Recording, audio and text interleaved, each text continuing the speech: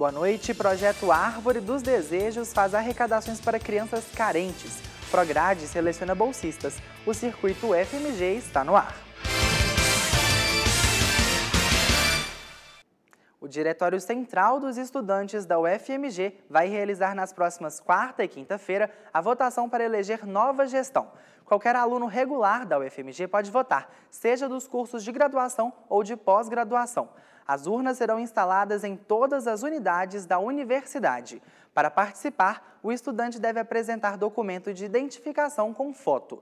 Neste ano estão inscritas 6 chapas. Em seu 5º ano de existência, o projeto Árvore dos Desejos está realizando arrecadações de brinquedos, roupas, livros e material escolar para crianças de 2 creches de Belo Horizonte. A repórter Janaína Coelho tem os detalhes. Os padrinhos e as madrinhas têm até o próximo dia 14 para buscar, num dos 4 pontos de apoio do projeto aqui na UFMG, o cartão com o nome e a idade da criança que está esperando o presente neste Natal. Para falar sobre a ação, a gente conversa com a coordenadora do projeto, a Lídia Ferreira. Lídia, quem são essas crianças que estão esperando o presente? São crianças de creches daqui de Belo Horizonte e Ribeirão das Neves. Crianças da creche Grupac, que é o grupo de apoio à criança carente, que fica no bairro São Salvador, em Belo Horizonte.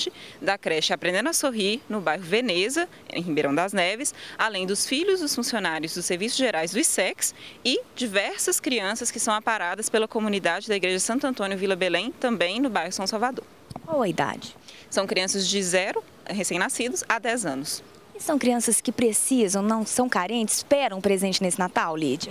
Sim, é por isso que a gente busca esse público de creches, porque a gente já sabe que tem uma triagem, que tem a gente realmente sabe que essas crianças precisam e que elas esperam e ficam ansiosas. Realmente esses presentes ajudam. E quem participa do projeto aqui na universidade?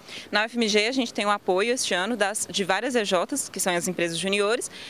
Tem a UFMG Informática Júnior, que já é nossa parceira há 3 anos. As empresas UCJ, PJ e CRIA, que este ano aderiram à causa e também estão colaborando com pessoas, verba, dinheiro, enfim. Estão dando todo o apoio aí para o projeto acontecer. Como é que funciona a dinâmica do projeto? É bem simples, basta você ir à sede de uma dessas 4 empresas, pegar um cartãozinho de padrinhamento. Nesse cartão vai ter o dado da criança, o nome completo, a idade e o tamanho de roupa. E a partir daí fica a critério do padrinho e da madrinha comprar um presente para essa criança, de no mínimo R$20. A gente não especifica qual que é o presente, a criança não escolhe o presente, mas livros, brinquedos, material escolar, enfim, qualquer coisa que possa ajudar no desenvolvimento e fazer o Natal dessa criança mais feliz. Ok, Lídia, muito obrigada pela entrevista. E os padrinhos também têm até o dia 14 para entregar o presente num dos pontos de apoio ao projeto, que fica no ISEX, na Fafiche, na Inova e na Face. E no site que aparece na tela, você também tem mais informações sobre como participar. Janaína Coelho, para o Circuito UFMG. Terminam nesta sexta-feira, 7 de dezembro, as inscrições para 12 vagas de bolsistas que vão atuar na Diretoria de Inovação e Metodologia de Ensino, o GIS, da Pró-Reitoria de Graduação. Os bolsistas vão trabalhar no campus Pampulha. Para participar da seleção, é preciso ser aluno da graduação da UFMG, regularmente matriculado do 2º ao penúltimo período e não receber outro tipo de bolsa acadêmica. A carga horária é de 20 horas semanais. As inscrições devem ser feitas na Secretaria do GIS, localizada nas salas 11 e 17, no prédio da Biblioteca Central da UFMG. Mais informações pelos telefones 3409-6451 e 3409-3953. E para entender um pouco mais sobre a carga tributária no Brasil, o Circuito UFMG convidou o professor Frederico Jaime Júnior, pesquisador do CEDEPLAR. Um relatório elaborado recentemente pela Comissão Econômica para a América Latina e Caribe mostrou que o Brasil possui carga tributária maior que a média da América Latina. Mas para onde vai o dinheiro de nossos impostos? Será que estão sendo bem aplicados? Para falar mais sobre o assunto, nós trouxemos aqui o professor do Departamento de Economia do CEDEPLAR, UFMG, Frederico Jaime Júnior. Professor, bem-vindo ao circuito. Eu que agradeço, sempre às ordens. Professor, é o seguinte, fala para a gente como é que é cobrada os impostos, a tributação do Brasil, como é que ela é feita?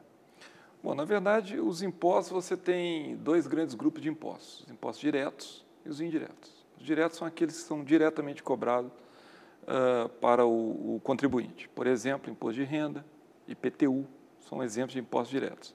E os indiretos são aqueles que, em geral, são cobrados nos produtos vendidos, por exemplo, produtos consumidos. IPI é um caso clássico, né? Imposto sobre produtos industrializados, ICMS é um outro imposto indireto. Então, enfim, basicamente são esses dois tipos de impostos. E a cobrança, uma é direta, por exemplo, no imposto de renda é direto na fonte, né? Se o cidadão é um trabalhador e recebe o salário, ou se ele ganha algum tipo de lucro, ou aluguéis, ele é cobrado imposto de renda. O imposto sobre patrimônio, que é o IPTU, também é direto. E os indiretos a gente não vê, ou pelo menos tem mais dificuldade de visualizar onde eles são cobrados. Agora, são duas coisas, a qualidade e a quantidade. Vamos falar primeiro da quantidade. O senhor acha que é justa a tributação no Brasil, ou é muito imposto? Bom, em primeiro lugar, a carga tributária bruta no Brasil, ela é acima da média da América Latina. Ou seja, o total de impostos e contribuições cobradas em percentual do PIB. Né? Bom, soma-se não só os impostos diretos e indiretos, mas também alguns outros tipos de contribuições que não são necessariamente impostos, mas que, enfim, fundamentalmente são os impostos diretos e indiretos. Ela não é justa no Brasil. Basicamente, a carga tributária no Brasil, ela não é muito grande, para começar, ela é maior do que a média da América Latina, mas ela é uma carga tributária razoável, no meu modo de entender. O problema é a sua distribuição, ou seja, quem paga o imposto. E no Brasil, na verdade, quem paga imposto são os mais pobres. Os mais ricos pagam menos imposto do que os mais pobres em termos do PIB. Esse é um ponto central para se discutir tributação no Brasil. Em relação à qualidade, como é que estão sendo aplicados esses tributos? Você acha que está sendo aplicado de forma com qualidade, de forma justa, enfim? O que o senhor pensa disso? Veja, o problema da qualidade da aplicação do imposto aí é uma questão mais complicada, porque, na verdade, trata-se do gasto. O gasto público no Brasil é eficiente e tem qualidade? Essa é uma outra questão. Por quê?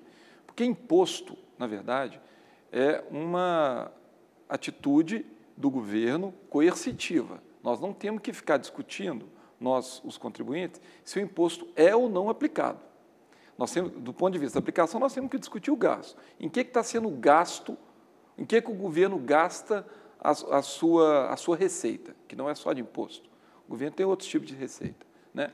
Então, em primeiro lugar, são coisas diferentes, tomar um certo cuidado com isso. Né? Assim, o governo do município nos cobra IPTU, mas a minha rua está esburacada. Essa não é uma questão. Porque, na verdade, se a sua rua está esburacada, pode ser que um outro cidadão tenha estrada de terra, não tenha saneamento, enfim. Então, tem que tomar um certo cuidado com isso. Olha, essa resposta é difícil de dar, se o gasto está sendo bem aplicado no Brasil.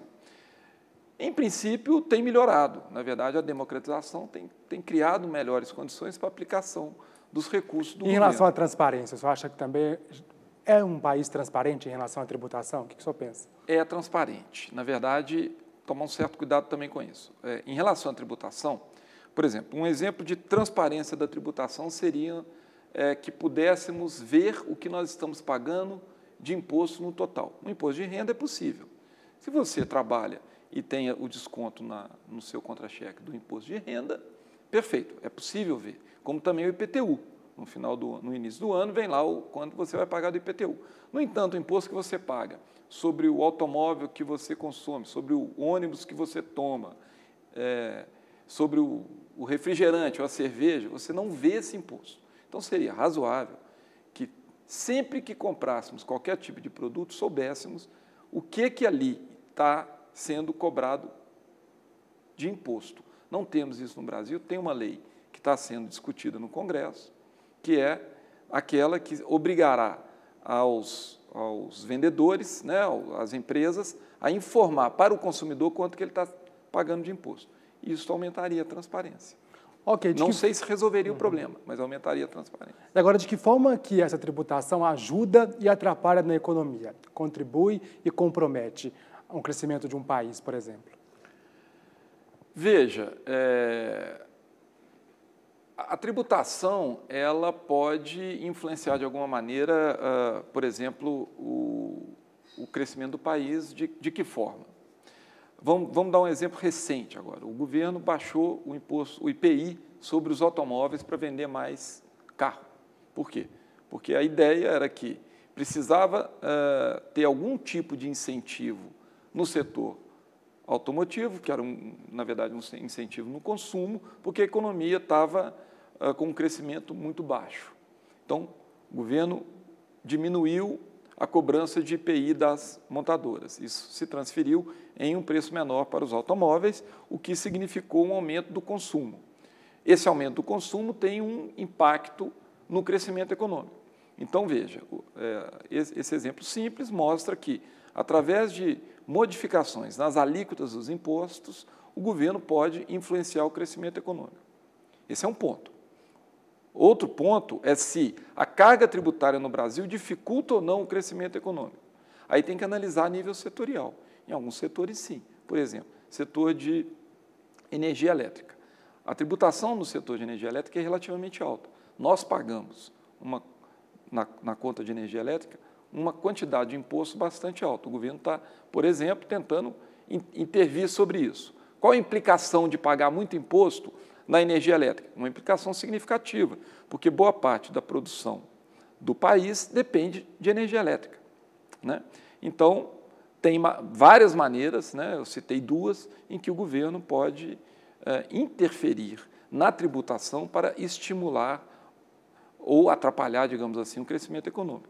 E é certo comparar essa tributação do Brasil com o restante da América Latina e ver um certo cenário assim grave de ser maior do que os outros países? Ou não? Cada país tem a sua história, cada país tem o seu modelo econômico e isso não é tão grave. O que o senhor pensa? Eu acho que, de longe, não é grave. Na verdade, a tributação no Brasil, a média da tributação no Brasil é maior do que a América Latina, porque o Brasil hoje tem um sistema de transferência de renda e gasto muito melhor do que os outros países da América Latina, né? Quer dizer, um país da América Latina que tem uma trajetória mais bem-sucedida, por exemplo, em termos de renda per capita do que o Brasil e a Argentina, tem sistema de seguridade social da Argentina vem sofrendo, desde o regime militar nos anos 70, sucessivos problemas.